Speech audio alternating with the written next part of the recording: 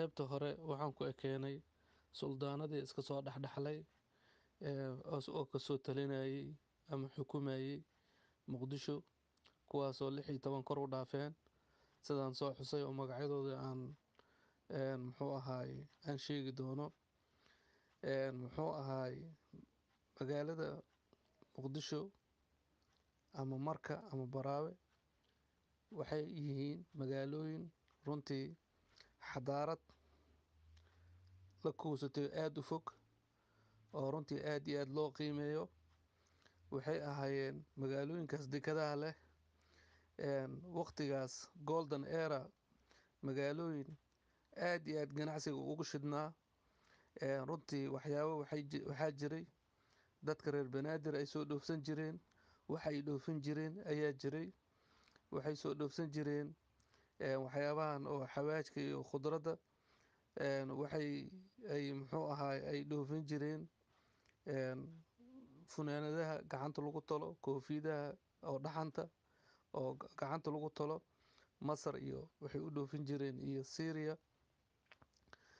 waxaa la sheegaa saldanooyinka intaanan magacyadooda aan soo xusin oo ka talin jiray muqdisho, muxuu ahaay in caddeemo oo muxuu ahaay dadkii taariikhyahanada ahaa oo soo maray ay ku arkeen lacagaha waqtigaas oo muqdishan currency oo lagu arkay meeshaas. waxay ahayd lacag oo hal dhinacna ku sawiran saldanadii waqtigaas ka talinaysay, dhinaca kalena khulafaa uraashidiin magacyadoodii ama sawiradoodii oo ku qornaa.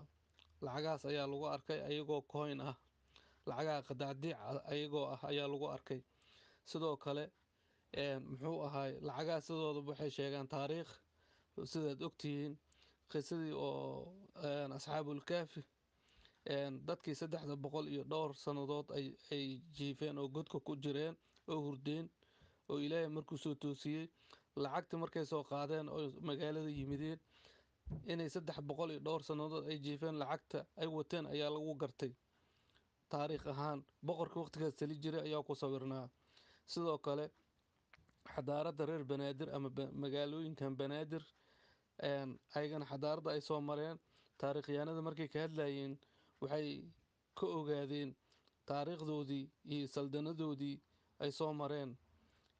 sawirada ku yaala lacagahaas waxa ay ka turjumayeen.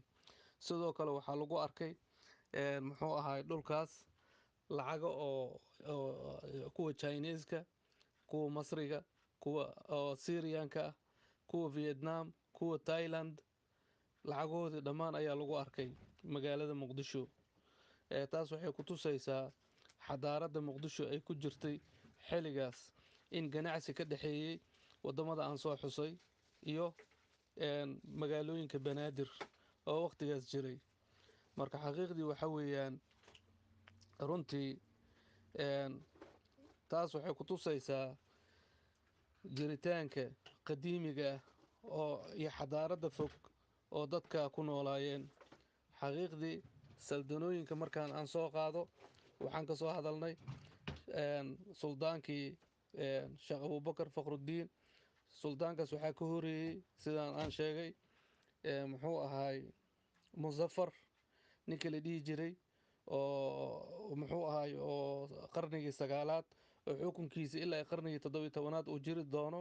laakiin suldaanada ayaa jiray oo iska dhexlayay ama ismagacaabayay iyaga dhexdoodii.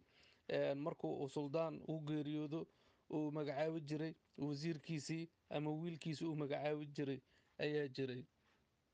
marka waxaan ka soo hadalnaa sidoo kale muxuu ahaay dadkii reer banaadir oo runtii oo ka yimid magaalada alxasa bariga sacuudiga iyo baxrayn oo aanu niri magaalo shidanay ahayd magaalooyinkaas. laakiin markay arkeen dekadaha muqdisho oo aada u sii shidan, qoysaskaas oo 39 oo jifo ah ayaa meesha ka soo guuray. waxay ku soo degeen magaalada baraawe ayagoo oo ujeedadooda ay tahay in ganacsi iyo nolol ay ka bilaabaan magaalooyinka banaadir. kadibna oo muxuu ahaay ilaa iyo hadda maantadan raadkooda uu muuqdo. guryaha maanta aad arkaysaan oo aada u qurux badan oo 4 dabaq ah ama saddexda dabaq ah oo raadkooda ilaa ay maanta muuqda. Dadka dhisay oo waqtiga waa dadkaas oo waqtigaas oo qaxay. Muxuu ahay 39kaas qoys markay yimideen ganacsiga hadda aan soo xusay ay runtii qeybka ay ka ahaayeen. waxaa kalaa jiray qarnigii 9aad Muzaffar waxaa la yimid muxuu ahay qabaa'ilada kale oo aan sharaafta iyo camuudiga iyo qabaa'iladan kale ayaa la yimid. runtii ma raba hadda inaan qabaa'ilada aan tafaftiro sababtoo ah muxuu ahay online-ka ayaan geliyey. qoraallo badan ayaan ka sameeyey qabaa'ilada reer banaadir iyo magaalooyinkay degaan, magacday degaan, waqtigay ay degeen, waxyaabahaas oo dhan ayaan meelo badan ayaan geliyey. taas ayaan ugu filan. marka haddeertan waxaan rabaa inaan waqti badan aan qaadanin taariikhda reer banaadir inaan isagoo kooban oo macaan inaan halkan insha allahu tacaala aan kusoo bandhigo saldanooyinka soo maray muqdisho. Muzaffar xukunkiisii oo jiray qarnigii 9aad ilaa 17aad, saldanadii ugu horeysay oo markii laga reebo muxuu ahay cabdilmalik ibnu marwaan oo xukunkiisii oo muqdisho soo xukumay. dowladdii umawiyiinta muqdisho ayay soo xukumeen, waa tii soo xusay 646 ilaa 705. haddana 900 ayaan dhihina 696 haddana kismaayo deked ayay ka sameeyeen, baraawo deked ayay ka sameeyeen, markana deked ayay ka sameeyeen oo saanadoodii militariga iyo ganacsigoodii ay ku sameyn jireen. waa tii hore aan ugu soo hadlay. sayid abubakar faqruddiin wuxuu xilligiisii sanad ahaan marka la fiiriyo qarnigii 12aad buu ahaa. wuxuuna geeriyooday allah u naxariista sheekhi 1290kii. xukunka waxaa kala wareegay wiilkiisii muxuu ahay suldaan cumar bin abubakar faqruddiin 1320 ilaa 1350 ayuu asna muxuu ahay meesha xukumayey. waa tii aan ka soo hadalnay cabdalla atanji ibnu batuuta uu meesha kala kulmay, asna waa ka soo hadlay, hadda dib uguma naqanayno. muxuu ahay asna waxaa ka dhaxlay wiilkiisii abubakar bin cumar ayaa ka dhaxlay. haddana waxaa sii dhaxlay abubakar. suldaanada waxaa la wareegay haddana abubakar bin moxamed. haddana saldanada waxaa la wareegay suldaan cabdiraxmaan bin musayd 1390 ilaa 1420. suldaan maxamed 1440. suldaan cabdirasuul bin cali 1470 ayuu ahaa. suldaan yuusuf bin abubakar wuxuu ahaa qarnigii 14aad dabayaaqadiisa ayuu ahaa dhammaadkiisii. suldaan maaligna wuxuu ahaa qarnigii 15aad. suldaan cumar qarnigii 16aad. suldaan zubayr bin cumar qarnigii 17aad ayuu ahaa. muxuu ahay waxaa jiray qarnigii 17aad meesha waxaa jiray, waxaan rabaa inaan wax yar aan faahfaahiyo in leela fahmo. waxaa jiray saldanadan markay jirtay magaalooyinka banaadir waxaa isku xukumaya saldanadoodu, waxaa haystay oo banaadir ahaan qolo walbo meeshooda ayay saldanadka ay ku ahayeen.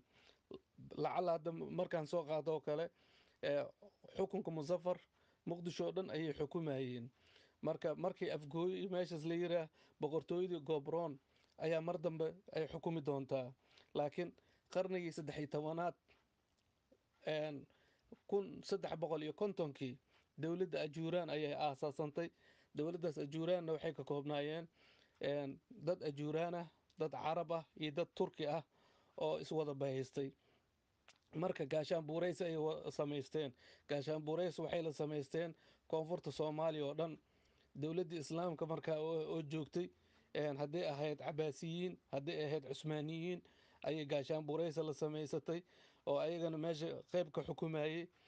dowladdii gobroon ayay marka dambe sanadihii dambe oo qarnigii 17aad gaashaan buuraysa la samaysatay. dowladdii Muzaffarna gaashaan buurays iyo xilfi ayay samaysteen. dowladda ajuuraan saldhigeeda wuxuu ahaa mareeg, kadibna khalaafe ayay caasimad ka dhigatay. markii ugu dambeeyeyna marka ayay ka dhigatay markii la arkay Boortaqiiska inuu khatar ku yahay inuu qabto rabo magaalada Muqdisho. waa ka soo hadalnay qabashadii Baraawe iyo qabashadii Muqdisho ee Boortaqiiska. laakiin waxaan rabaa inaan caddeeyo muxuu ahay dadka ajuuraanka ahaa ama ciidamadii ajuuraanka ahaa oo isku dhafka ahaa waxay ahaayeen gaashaanbuuraysi maahina ma ahayn awood oo xukumaysay muxuu ahaay meel walba. lacala maalan hobyo kale waxaa xukumayey saldanad oo habiye ah oona imaam u ahaa imaam maxamuud ilowle damaale. dhinaca oo abaanduule waxa u ahaa muxuu ahay habeer gidir. muxuu ahay qaali waxa u ahaa shiiqaal sida aad la socotaan taariikhda. marka duduble marka sidaas ay ahaayeen. taasna waxay ku timid sanad ahaan marka la fiiriyo dhib badan ayaa jiray oo qarnigii ajuuraanka markay xukunka iyo awoodda iyo nidaamkan dowladnimada ay la yimideen waxay baad u imaan jireen oo ay baadi jireen dadkan qabaa'iladan kale gobolada dhexe waxay ka qaadi jireen wax canshuur sanadla ah. marka canshuurtaas sanadla ah sidii xoogaa la iskaga baajiyo qoladan gobolada dhexe jooga ee habiyaha way shireen. marka imaam waxay ka dhigteen imaam maxamuud hilowle sanadka markuu ahaa 1624. ayagana saldanad ayay hobyo ku haysteen ilaa iyo 1888 markii xoogaa dagaal ku soo qaaday yuusuf cali keenidid ninkay dhihi jireen oo runtii oo meesha dagaal kaga guulaystay oo awood kaga maquuniyo oo meesha ka qabsaday magaalada hobyo. kadibna muxuu ahaay dadka meesha deganaa oo lala dagaalay way ka soo carareen oo magaalooyinkan kale ay isaga soo carareen oo runtii qaar waxay soo gaareen baadiyaha Muqdisho, qaar waxay soo gaareen baadiyaha muxuu ahaay marka, qaar waxay soo gaareen baadiyaha meelahan sablaal iyo meelahaas ayay soo gaareen. dadka ileen waxay ahaayeen dad xoolo dhaqato ah. cirkaas iyo roobkaas ayay fiirin jireen meeshii xoogaa oo neecaaw iyo roob leh ayay degi jireen. qasadkayga ugu weyn maaha hadda dhinacaas inaan ku dheeraado. qasadkayga waxaa weeyaan taariikhdan banaadir inaan gebagabeeyo haddii aan la yidhaah. sanadkii 1816 ilaa iyo 1822 waxaa dhacay shaqaaqo yar ayaa dhacday muxuu ahaay ceel ku yaalay meeshan Boondheere. meesha hadda la yidhaah waxaan dhihi karaa sarta xaaji busuri ama masaajidka cadaawe dhinaciisa ceel baa ku yaalay. dhul beereed aad u ballaaran oo ahaa. marka meeshaas ayaa dad laba qolo oo xamar iyo xamarday isku dagaalay 16 qofood ayaa meesha ku dhinteen oo qaarkood ceelasha meedidkooda lagu riday. ceelkaas ilaa hadda reedkiisa wuu muuqdaa oo dhinaca cadaawe ayaa ku yaalay oo ilaa hadda weli wuu muuqdaa reedkiisii. waxaa kalaa jiray dhacda kale masaajidka axnaafta masaajidka la dhihi jiray waa masaajidka ugu qadiimsan ayaa la dhahaa. runtii waxaa la dhisaa la leeyahay 1000 iyo dhowr sannadood ka hor dadkii muxuu ahaay oo dowladdii umawiyiinta oo wadanka soo gaaray diinta fidinayay ay meesha ka dhisan ayaa la yiri. meeshaas waxa weeyaan Savoy Hotel Savoy meeshay ahaan jirtay lafteedii ay meeshaas ayuu ahaa masaajidka. masaajidkaas waa la burburiyey talyaaniga waqtigiisa ayaa la burburiyey oo waxaa laga dhigay hotelka Savoy laga dhigay. haddana hotel Savoy jirda Xuseen ayuu noqdaa Savoy Center